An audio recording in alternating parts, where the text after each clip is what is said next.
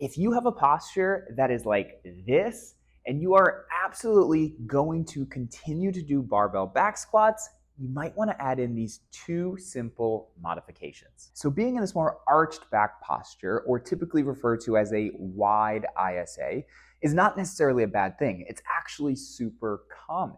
But what I hope for you to gain from this video is a little bit of a better understanding as to why that exercise in that way may not be the best for your particular pattern if you're looking to remain pain-free and move well and have movement variability.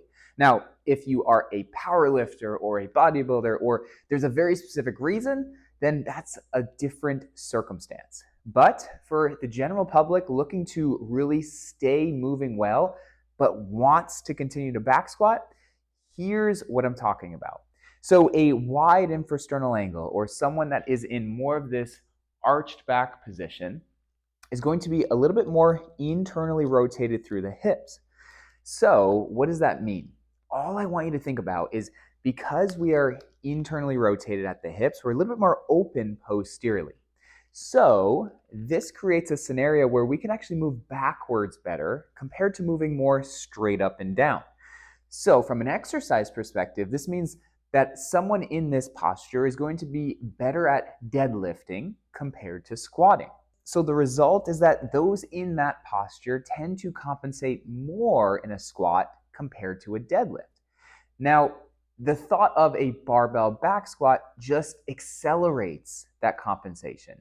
It essentially feeds the pattern that you're already in, and over time, we start to get stronger in that pattern because we're lifting heavy weights, and we're essentially learning how to get strong in that position. So this is where the modifications come in. The modifications are intentional to try to move us away from the pattern, essentially oppose the pattern. So instead of being in this anterior pelvic tilt, flared ribcage position, we're going to go over two easy modifications that just starts to bring the pelvis and the ribcage in a better position, which will then A, give us more space to move in, B, allow us to move more vertically, and C, start to use the right muscles at the right time. So the first modification is at the feet. Adding a slant board and going in a heels elevated position does two things. It shifts our center of mass back, and it's going to start to reposition the pelvis to slightly more of a posterior bias compared to this anterior pelvic tilt. The result of those two actions is going to be a much more vertical squat because we'll be able to find the necessary space. But the big take-home message here is that the slant board is going to bring us back so that we are doing squats in a better position and doing squats in a position that's not feeding a dysfunctional pattern. The second modification is the safety bar. So we still have a barbell on our back, so we're still doing a back squat, but instead of being in this extended position, a safety bar allows us to go under, have more of an anterior grip to avoid the extension, and it's going to bring the rib cage back. So we are now in a position where the rib cage is back compared to this barbell back squat in a traditional way where we're in a lot of extension.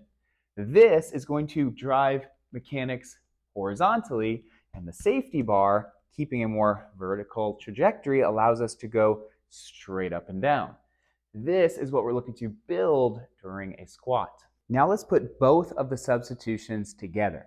Starting with the slant board. What did we say? When we step on the slant board, it's going to bring our center of mass back because it biases a little bit of a posterior shift of the pelvis.